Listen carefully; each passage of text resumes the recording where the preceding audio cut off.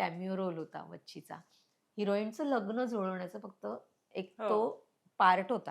हं, पण तो इतका लोकांना आवडला. माझ्यासाठी इतकं छान लिहिलं ते कॅरेक्टर. हं, मिथिला सुभाष. हं, काय डायलॉग लिहिलेत बाईंनी माझ्यासाठी. हं, ते बोलताना सुद्धा असं असं आतून यायचं मला. हं. वैभव चिंचाळकर. माझ्याकडनं चांगलं निघेपर्यंत थांबायचाच नाही तो. हो. नाही ताई, अजून कर, अजून कर, अजून कर. ही सगळी मंडळी माझं भलं व्हावं म्हणून जणू काही देवाने माझ्यासाठी पाठवलेली. खरंय, खरंय. आणि त्या कॅरेक्टरनी मग मला अख्ख्या महाराष्ट्राची मावशी आणि आत्या बनवलं. हो. म्हणजे त्याचे 3-4 किस्से तुला मी सांगते. मी हां. रस्त्याने पण जाताना ना, "ए आत्या!" हां. हां, "ए मावशी!" लिटरली मी मडला जेव्हा तेव्हा काय 2015 ची 16 ची हो, गोष्ट ना. हो, हो. 10 वर्षापूर्वी गाडी-बिडी नव्हती आपल्याकडे. हं, आत्ता आली गाडी. हं, तेव्हा मी आपली बसनी किंवा ह्यानीच जायचे ना. हं. मग बसमधून उतरल्यानंतर बसमधले मला टाटा करायचे. हां. हां.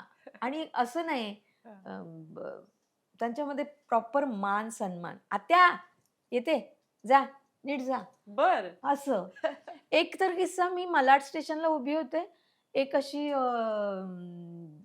पोलिसाचा ड्रेस घातलेली तुझ्या एवढी नुकतीच लागली असेल. आली आणि मला नमस्कार केला. म्हटलं, "काय गं हां. बाई?" बरं. "आत्या, हां. माझा आज पहिला दिवस आहे.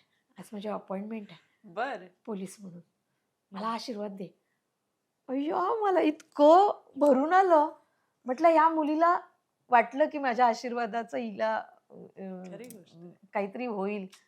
मग तिला असं मिठीत घेतलं, आशीर्वाद दिला. एक एक वाशीचा प्रयोग होता कुठलातरी. हां. एक असा तिशीचा तरुण आला. हं. थोडेसे समोरचे केस गेले होते. कुंडली घेऊन आला. बरं. "आत्या, माझं लग्न जुळत नाहीये." माझं ओह! लग्न जुळवण्याचं काम होतं ना. अच्छा. हे खरे किस्से आहेत आणि त्याच्या चेहऱ्यावर इतकं हे होतं, हं, की आता कसंही करून आई आजारी आहे गं म्हणे माझी. हं, मला लग्न मला करणं गरजेचं आहे आणि माझं जुळत नाहीये लग्न. हं. तर तुम्ही कुठेतरी हे फॉरवर्ड कराल का? मला त्यावेळेला वाटलं, की बापरे! ही मोठी जबाबदारी आहे. म्हटलं मी प्रयत्न करते. माहीत नाही काय झालं. मी दोघा-तिघांना पाठवली त्याची कुंडली, पण माहीत नाही त्याचं काय झालं.